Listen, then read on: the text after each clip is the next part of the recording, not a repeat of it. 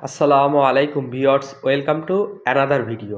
পাখিরহাট YouTube চ্যানেলে আপনাকে স্বাগতম। বরাবরের মতো চলে আসলাম নতুন আরও একটি ভিডিও নিয়ে। তো আপনারা কে কোথা থেকে দেখতেছেন দয়া করে চ্যানেলটি সবাই সাবস্ক্রাইব করে দিবেন।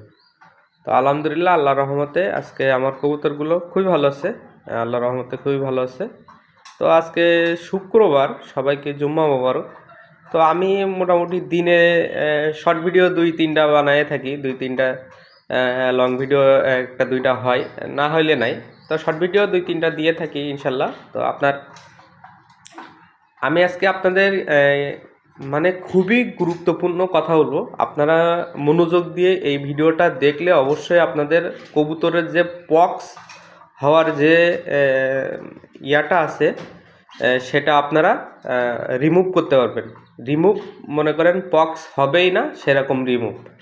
তো পক্স হইলেও কিছু করণীয় আছে, আমি সেগুলো করছি। তো আলহামদুলিল্লাহ সেগুলো করছি বলতে, আমি এক জায়গাতে কবুতর কিনে আনছিলাম, সেটার হওয়া ছিল, সেটার আমি রিমুভ করছি। কিন্তু আল্লাহ রহমতে ইনশাল্লাহ আমি আজকে যতদিন কবুতর পালছি, আমার কবুতরে কখনো পক্স ওঠে নাই, আর পক্স হইতেও দেই নাই। আমি কিছু কিছু কৌশল অবলম্বন করলে, কিছু কিছু টিপস আপনারা ফলো করলে ইনশাল্লাহ এই ভিডিওতে যে কথাগুলো বলবো সব কথাগুলো মনোযোগ দিয়ে শুনবেন, তাহলে আপনারা এই পক্স থেকে আপনারা ইনশাল্লাহ ভালো থাকবেন। তো মেন করণীয় হলো, আপনার কবুতরের যে ঘরটা থাকবে সেটা হলো খুব দারুণভাবে পরিষ্কার রাখা, খুবই দারুণভাবে পরিষ্কার রাখা। এটা হলো মাস্ট। আপনার কবুতরের ঘর পরিষ্কার রাখতে হবে। কারণ এই পরিষ্কার না রাখাতে অনেক গন্ধ জমে, মাছি জমে, মশা আসে।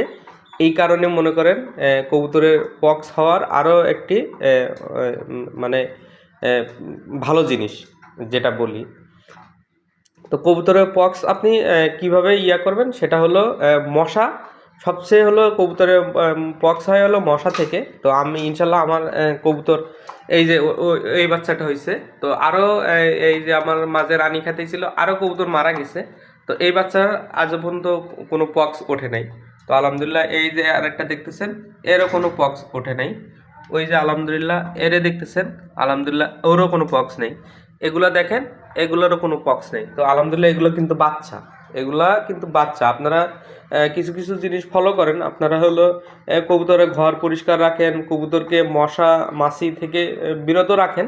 আলহামদুলিল্লাহ আপনার কবুতর মোটামুটি রোদে, যেগুলো আপনার রোদে রাখা যায় সেগুলো রোদে রাখেন। কবুতরের যে হাঁড়ি টাড়ি